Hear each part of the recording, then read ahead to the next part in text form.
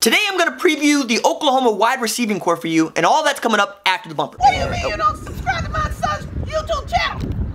Mama, no! Just snap the damn ball, RJ. What's up, kinfolk? It's RJ Young. I am not on a step mill. Today we're talking about Oklahoma wide receivers, and we got to start with Marquise Brown, who will be the #1 go-to wideout for this 2018 group. Had nearly 1,100 yards receiving, 8 touchdowns, and averaged about 19 yards per catch. When you go deep, you hit Hollywood. On the other side of him, you know we're going to have sophomore wideout CeeDee Lamb, who had just over 800 yards receiving and 46 catches in his first year at Oklahoma. But beyond that, there's plenty of depth, if not experience. We didn't see any Mykel Jones or Nick Basquine during the spring game. Basquine is out with an Achilles injury, but you have to figure that if those guys are healthy, they're going to compete with early enrollee Jaqualyn Crawford for that slot position. No, Crawford didn't wow anybody, but he didn't work himself out of a job either. And early enrollees have a good track record at Oklahoma of seeing the field early and often. We also know that at tight end, Grant Calcaterra is the starter. Backing up the Mackey Award winner in Mark Andrews last season, Calcaterra caught 10 passes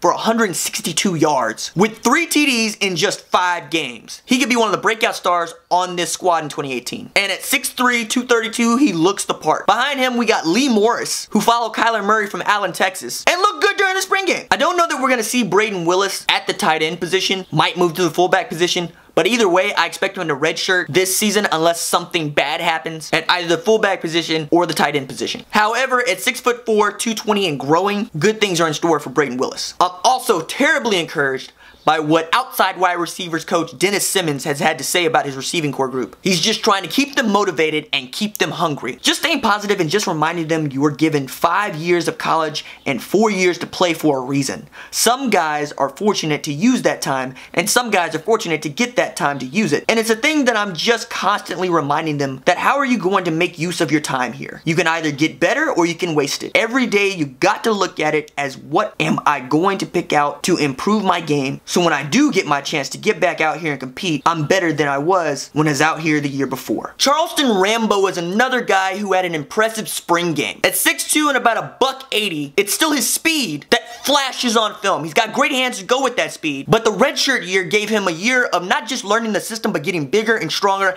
I expect to see him next man up behind a CeeDee Lamb or a Hollywood Brown, but you also have to factor in a guy like A.D. Miller. In 2016, A.D. had 12 catches for 145 yards with 2 touchdowns. I really expected him to be the CeeDee Lamb of last season, as in that #2 guy that you could really depend on to go out there and make plays when Hollywood wasn't roasting DBs running go routes and post routes. But he injured his quad before the start of the 2017 season and was forced to sit out. But he's also 6'3" and apparently got a lot faster during those months of recuperating during that quad injury. Lincoln Riley had this to say about A.D. Miller. I like how explosive he's played. He looks like he's gained quite a bit of weight and strength. Austin Kendall said that his speed is improved. Kyler Murray said that his speed is improved. And Dennis Simmons hit the nail on the head with A.D. Miller. Keep stringing together days after days. It's no secret in this system and in our offense and really in any, you can't be bored with working hard, and if you work hard, you're going to have success. If you just keep duplicating that, when you do get a chance to showcase your talent, whether it's against Florida Atlantic or whomever,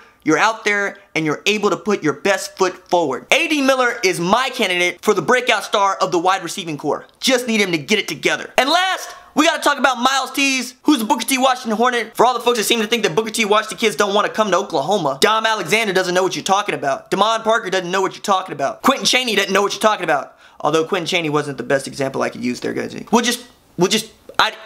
just pretend I didn't say Quentin Chaney. However, Myles Tease crashed the depth chart in 2017, and it looked like it was going to be between him and Mykel Jones for that slot receiver position. As a matter of fact, going into the 2017 season, he shared the starter designation with Mykel Jones. Myles Tease started his career at the University of Central Oklahoma in Edmond, and in his sophomore season there, he averaged 17 yards per catch. And those who follow the OK Prep scene know that Myles Tease can play. I expect him to compete hard for that slot position, along with Mykel Jones and Jaqualyn Crawford. And you know how I feel about walk-ons. And Lincoln Riley likes them too, saying this about Myles.